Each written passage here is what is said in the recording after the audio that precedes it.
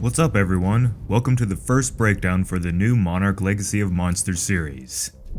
After years of anticipation, we finally got to sink our teeth into this new MonsterVerse adventure. There's lots to cover, including lore and Easter eggs for the series, so I'm going to try to keep this video flowing quickly.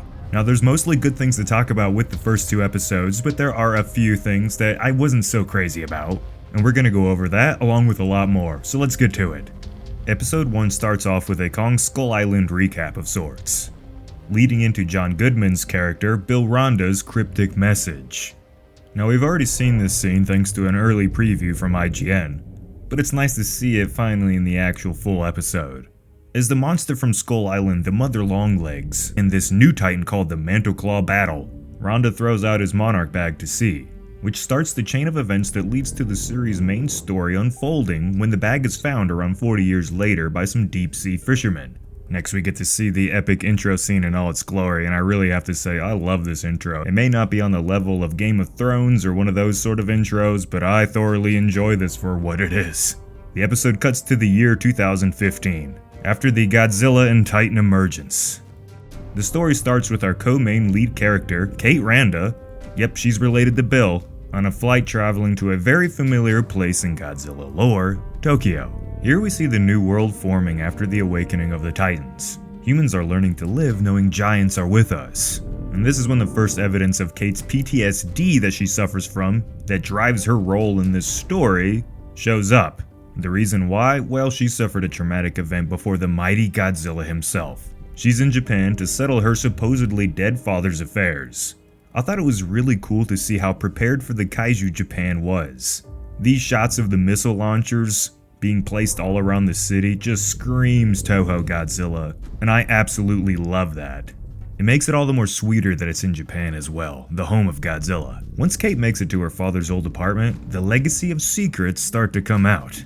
Here Kate finds out that her father had a secondary secret family in Japan, and this unfortunate truth is the catalyst for the events to come next. But first, the show cuts to what I believe is its strongest aspect, the 1950s flashback scenes. If you aren't familiar, this series is going to bounce back and forth between modern times right after the events of Godzilla 2014, and the early days of Monarch, pretty much the origins of Monarch.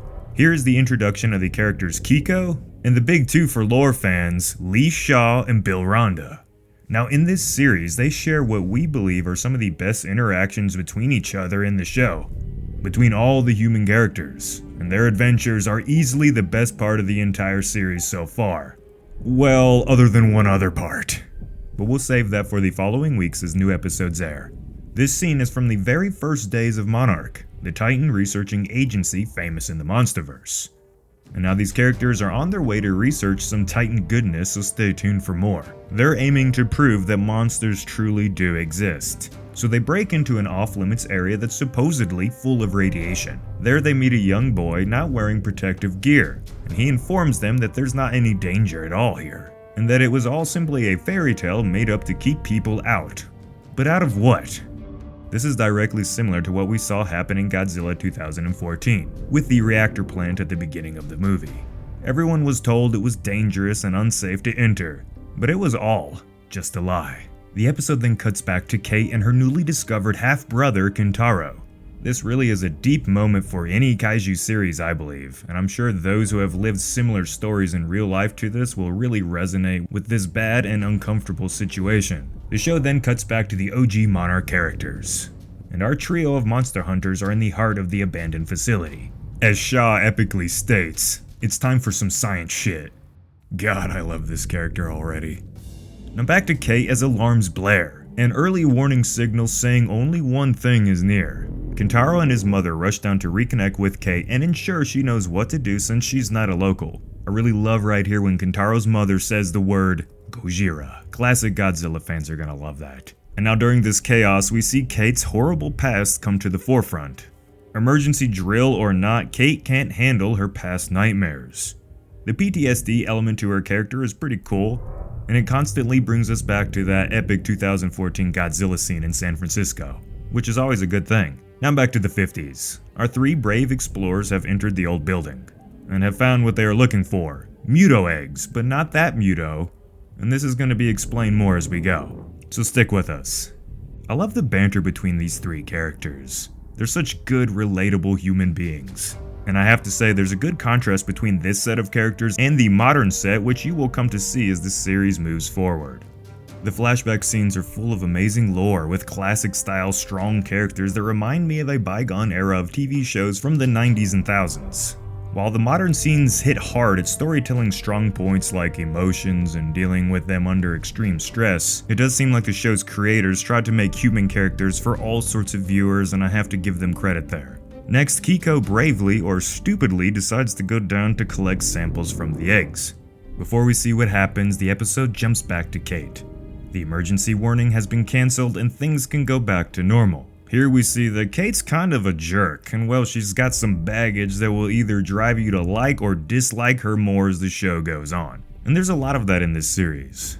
It's not like these characters are bad in terms of storytelling or writing, but there are times to where you question their decisions and the morality of them. We all know people like this in real life, but regarding the show, it's up to us to decide how we handle them.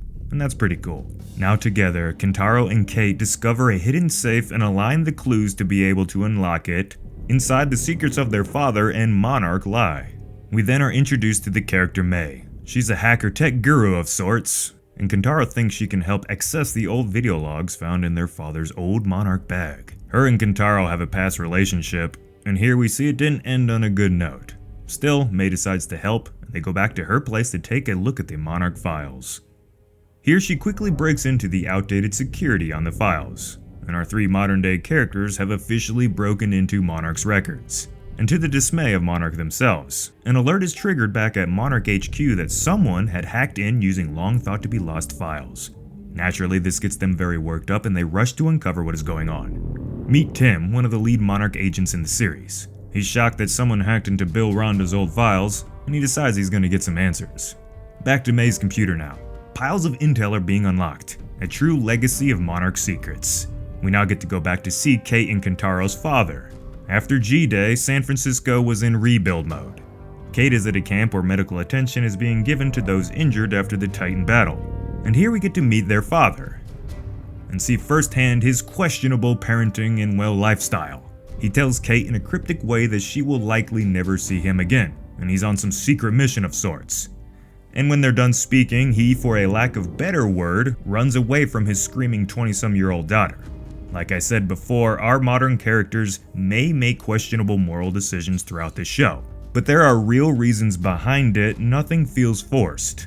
And that's saying a lot with modern writing. We cut back to the current timeline where Kate explains that their father's plane had crashed and well, there was no sign of him. We're gonna learn more about this as this series goes on. Mei's computer then reveals something more. Kate and Kentaro's grandmother, who just so happens to be the character Kiko, and we'll talk about that more as things play out, standing in a footprint that can only come from one beast. The episode then quickly cuts back to the 50s as our trio attempts to get some Titan DNA. The tension here builds, and you just know something bad is about to happen. So we got a Titan breakdown on these new beasts called Endoswarmers in the works, along with all the new monsters in the series, so stomp the subscribe button to stay up to date. Next, everything quickly turns for the worse. The ground rumbles and begins to collapse. This stirs the infants in their eggs and causes them to hatch. What plays out next is one of the most suspenseful scenes in the entire MonsterVerse in my opinion. Not since Skull Island have we had this sort of intimate monster action where life and death is truly no joke. Kiko and Shaw rush to escape, but the Endoswarmers are fast and work together as a team to catch the prey. I really like this aspect right here as they both scramble for their lives. Shaw, being a military-trained man, is able to quickly pull himself up the rope, escaping the monsters.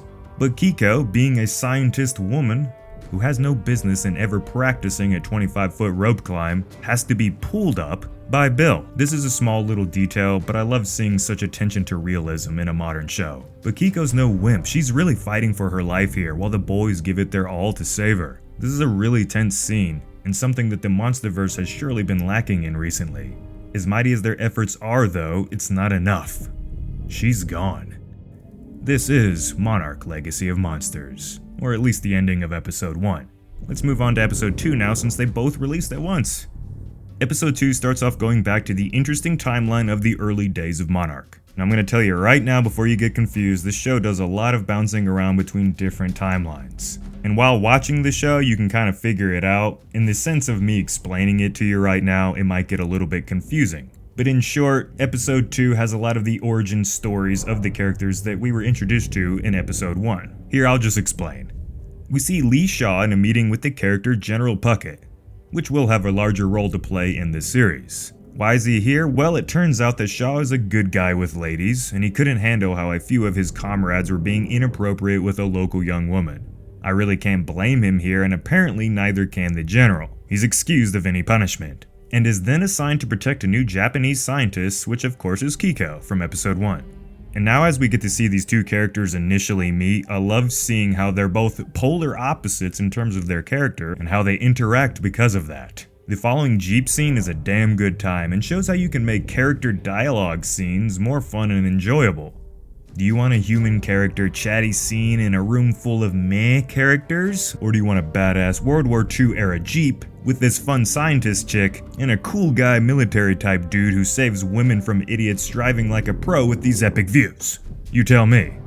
The story then cuts back to 2015 to the character Kentaro. He's restless and just can't let his father's work or his father himself go. So he decides to head back to his dad's old office where the Monarch bag was found, and here he lets out some of his years worth of pent-up frustration towards his dad. But in the heat of the moment, he calms his mind and is able to discover even more of Monarch's secrets. Lee Shaw and his current whereabouts? Is he alive? We're just gonna have to wait and see. Now, just as parts of the mystery begin to unravel, we cut back to Lee and Kiko. The show really excels at pacing in these first 2 episodes. They're pretty long in length, but it just seems like they fly by. I love how this scene plays on how we as humans tend to judge people on their looks and our initial interactions with them. Kiko and Shaw are both great characters, and they seem like actual good humans in this story. And the way how they banter back and forth here is really done in a way that's just enjoyable to me. Next, we're introduced to a familiar character just with an unfamiliar face. Bill Rando, or at least his younger self. This is when he comes into the picture. It's great to see the show pay this much respect to the old characters. And it really does feel like this series is the lore glue the MonsterVerse has been needing for a long time. Let's keep the momentum going here. The show cuts back to our character Kate. We get some time spent on her walking in the Tokyo streets, where she's clearly being followed. This is when the character Tim from episode 1 returns. Monarch had found her. He confronts her about the open Monarch files that she, May, and Kentaro had accessed in episode 1. He says she's not in trouble, well, not yet, but he needs to have those files. Kate doesn't handle it well, so she lashes out and runs, assuming these Monarch people are no good and out to harm her. But it doesn't work out so well, and all of a sudden she's trapped in a car with a bag over her head, which triggers more of her PTSD, bringing us back to her nightmare, Godzilla. Kate panics and kicks out at the driver, and the car goes out of control, wrecking in the middle of a crowded street. Kate escapes, and our story drives forward. Back to the past. The inclusion of Rhonda had thrown a dynamic into the situation that had thrown the relationships between Kiko and Shaw off. Maybe their two personalities had finally begun to clash. Or maybe Shaw acted out after seeing Kiko was more interested in conversations with Rhonda that it made him jealous. Regardless, it results in Shaw saying he's out, and he leaves the two scientists to continue on their own. Now alone, Rhonda and Kiko discuss what the mutos or monsters truly are, and Bill even mentions the first time he thinks he might have seen Godzilla. We're gonna get to more on that here soon. This is where we get a little backstory about Rhonda's horrible experience on the USS Lawton, the ship he mentions in Kong Skull Island. But before we get into that, we're back in the year 2015. The Monarch agents have found May's apartment now, and her fate was sealed, along with the others. She decides to leave with Kate. Jumping to Kentaro, he's still with his mother, and she explains a bit of history about this mysterious Lee Shaw character. All of a sudden, Tim and his fellow Monarch agent come knocking on the door. The show really does show the reach of Monarch's arms. They are practically the same level as the CIA at this point in the timeline in the lore. But Kentaro, like his half-sister Kate, is able to escape with some clever thinking and the help of his mom. Back to the USS Lawton now. After boarding the wrecked ship and cautiously walking its dark, tight hallways, Rhonda finds what he was looking for. His old bed when he served on the ship, along with the chest full of his possessions. We quickly cut back to the character Shaw, as we see him witnessing a miraculous thing happening in the sky. A weird effect in the sky that's no doubt connected to all these strange things happening in this area regarding radioactivity.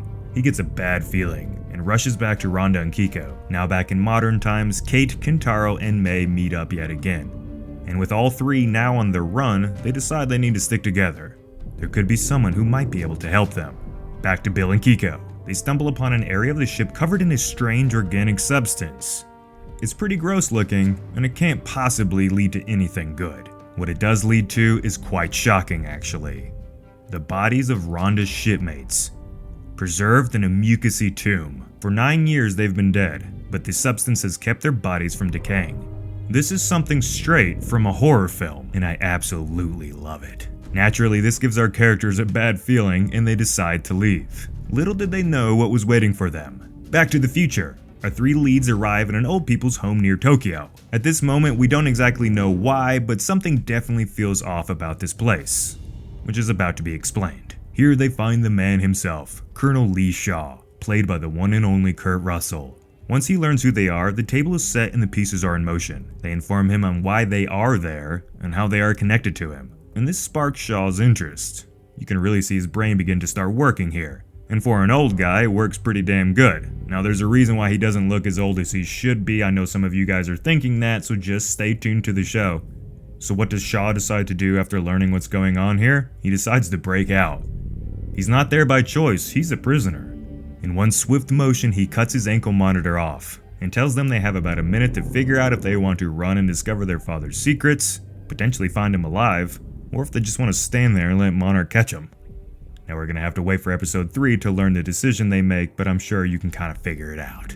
There's a reason here why Shaw treats the young Rhondas like family. The relationship he had with their grandparents was very close. And we learn one reason why that is when the show cuts back to the lot. The winged beast from the show's trailer finally reveals itself and attacks them, ripping through the ship's hull like it was paper. And just like the bug creatures from the first episode, we're gonna have a breakdown specifically on this new Titan and scene coming up on the channel in the near future. Make sure and come back to DangerVille to watch that when we do go full depth in on this new beast. In the end though, just before Rhonda becomes Titan poo, Shaw returns and helps save the day. They barely make it out in time before the ship crushes them or the monster could eat them. And this is the very first time in the MonsterVerse where it's officially confirmed monsters do exist. And we're gonna learn what happens between the time of this scene and Kiko's potential demise from episode 1 as the series plays out. Overall, regarding episodes 1 and 2 of Monarch Legacy of Monsters, I believe what we got was a lot better than most of us anticipated. The things I enjoyed about this series heavily outweighed the things I didn't. The music's different from the other MonsterVerse projects, but it's still very good. It's got that nice espionage spy movie sound thing going on, and I really like that. There's a whole ton of MonsterVerse and Toho Easter eggs thrown throughout the first 2 episodes. And if you listened real close, you probably heard some familiar sound effects from the 2014 movie. The story itself and the pacing of it in this show surprisingly manages to handle this kind of complex way of storytelling, of bouncing around the MonsterVerse timeline and still making it seem not confusing. Well, that's a mission accomplished right there. And I have to say that the heart of this series shines with those OG Monarch scenes. The rest of the show is just fine, but when it cuts back to those 3 old characters, my interest peaks with them. After the first 2 episodes, my real only concerns is how other people are going to react to the show. If you've seen the first 2 episodes, then you know that it's not entirely full of monsters, and that's what people have been really wanting and craving and asking for so long in this community. So if you're looking for 90% monsters and 10% humans, then the show's probably not going to be for you, but that doesn't mean it's a bad show, and I hope you guys understand that. As far as kaiju movies and shows go, these human characters are some of the most enjoyable you'll ever see. And the writing in this story is actually surprisingly good. Certainly the most complex we've seen yet in the MonsterVerse. But still it begs the question, are people really gonna care about these human stories even if they are actually good? We'll just have to wait and see. And that, my friends, ends our very long breakdown of episode 1 and 2 of Monarch Legacy of Monsters. In future episodes, we're gonna go even more in depth, so make sure you hit that bell to stay notified. Who's excited for more? Since we got early access to this show, guys, I can tell you Godzilla shows up soon. I know you really want to see him. Things are about to get really exciting, so stay tuned. As always, this has been Jacob, and I will see you guys in the next one.